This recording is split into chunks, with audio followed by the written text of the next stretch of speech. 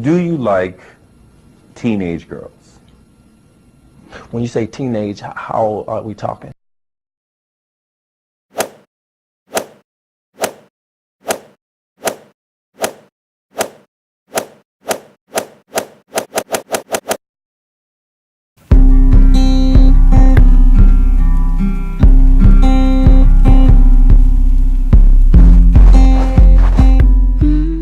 I am terrified of having two young children and having them grow up in the age of social media.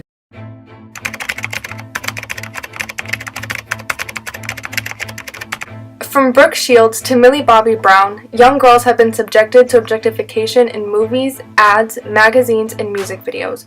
With the rise of social media, child predators have constructed what seems to be a virtual playground in which they prey on young girls. Today, girls have never been more vulnerable to the sadistic desires of older men. When we strip girls of their youth and value them solely on the pleasure that they bring to men, we strip them of their girlhood. Through internet campaigns, justice reform, and improvement of the way we raise the next generation, we can put an end to the sexualization of young girls. The media easily holds the biggest platform in society right now. According to the American Psychology Association, majority of 8 to 18-year-olds use some form of recreational media up to 10 hours a day. However, the media is the primary negative influence in a young girl's self-esteem. Only 34% of girls are satisfied with their bodies, and 60% of girls often compare themselves to fashion models who are photoshopped or have received cosmetic surgeries.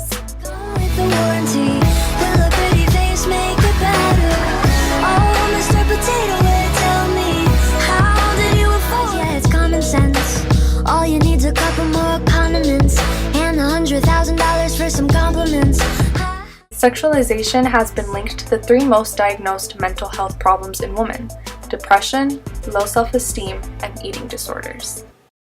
I work with young people, particularly young girls, and I absolutely do see their tendency, again, to want to figure out like what's acceptable, what's right for me, how should I act, how should I dress, how should I look, how should I interact. And since social media is so fake, people are picking up on, well, this is obviously how I should be looking, how I should be dressing, how I should be flirting, how I da-da-da-da.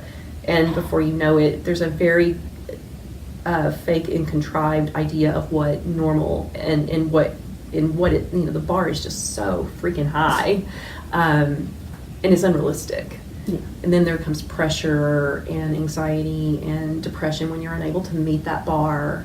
Then there comes eating disorders, because an eating disorder is really, at the end of the day, something that helps you tolerate depression and anxiety and fear and feeling not good enough. He returned in nothing but a robe with the front open, and he was buck naked. I said no 1,000,000 times. He was in the bathtub.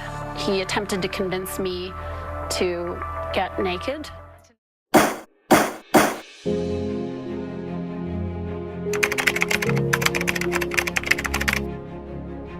Currently, there are few laws protecting aspiring actresses and performers from child predators. 18 states have no laws to protect child performers, and only half of states require child work permits.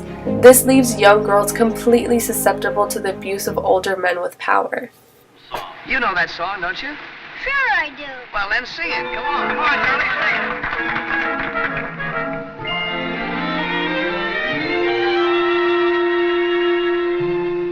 Too much. Oh, you'll awake with a tummy ache on the good ship. Lonely.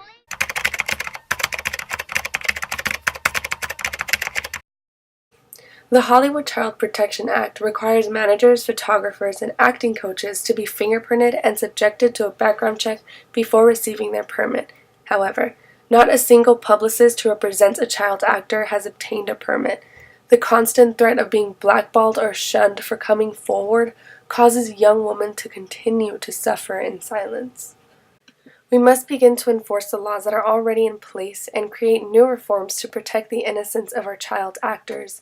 Child actresses are human beings, but when they're over-sexualized, they are robbed of their innocence and humanity. I think this is a very important time where we take back our bodies and our rights and show men why it's not acceptable to touch us without permission and without consent. But